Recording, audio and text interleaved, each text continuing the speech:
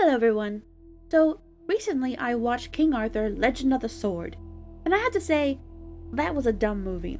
It came out in 2017, and despite having a number of actors who can act, it was a horrible mess.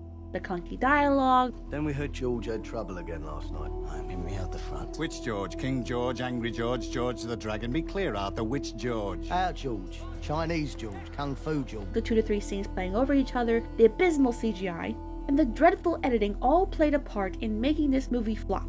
And story-wise, there were many dumb things that happened. But I would like to talk about what I think is the dumbest scene in the movie. Spoiler warning. So, origin stories have this tendency to give not only the important information for how a character started out, but to also provide unnecessary explanations for how a character got this or that. Like Han Solo's last name, for example. What? Who are your people? I'm alone. Solo. Or why Cruella had black and white hair. Your hair was naturally that color? It was what? She was born with that hair! Or where the stone came from that Excalibur got stuck in. I kid you not. King Arthur, Legend of the Sword, gives a dumb origin for the stone that is holding Excalibur and preventing everyone except the right man from pulling said sword out. Are you ready? I wasn't when I was watching this movie. So, when Arthur was a child, his uncle led a coup against Arthur's father, Uther, wanting his brother's crown, the throne, the kingdom, everything, especially the magical sword Excalibur. Throughout the film, we get fragments of this flashback until all is finally revealed. Despite Excalibur's magical properties, Uther's brother killed a loved one to also get magic, and he defeats Uther. Uther then throws the sword up in the air and kneels down, and the sword goes into his back. And then Uther turns into the stone and becomes too heavy to be supported by the dock, so it breaks and stone Uther and sword sink to the bottom of, I think it's a lake. I wish I was joking. And then I suddenly became really good at computer generating. But this is how it actually happens in the film. So, years later, when grown-up Arthur pulls the sword out of the stone, it's his father releasing the sword to his son. It's like poetry. It rhymes. I have so many questions.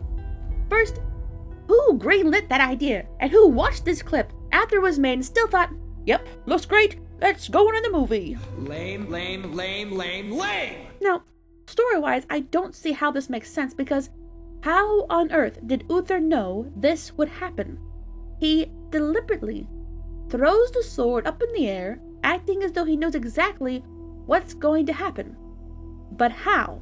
And Jude Law's character just stands there and lets it happen. Doesn't rush forward to grab the sword that he really wants. Doesn't try to pull it out of his brother before Uther turns to stone. Nope. Just stands there menacingly until his moment has passed. And then it's too late. The stone did not need an origin story. That should go without saying, but clearly the writers and director of this movie need to hear it. All Uther had to do was throw the sword in the water, and a line from Jude Law somewhere in the film could explain why he didn't go down after it. It was that simple. But no, you had to not only overcomplicate it, but also make it really, really dumb. Uther commits Sudoku so he can turn into a stone that will keep the sword trapped and out of his greedy brother's hands.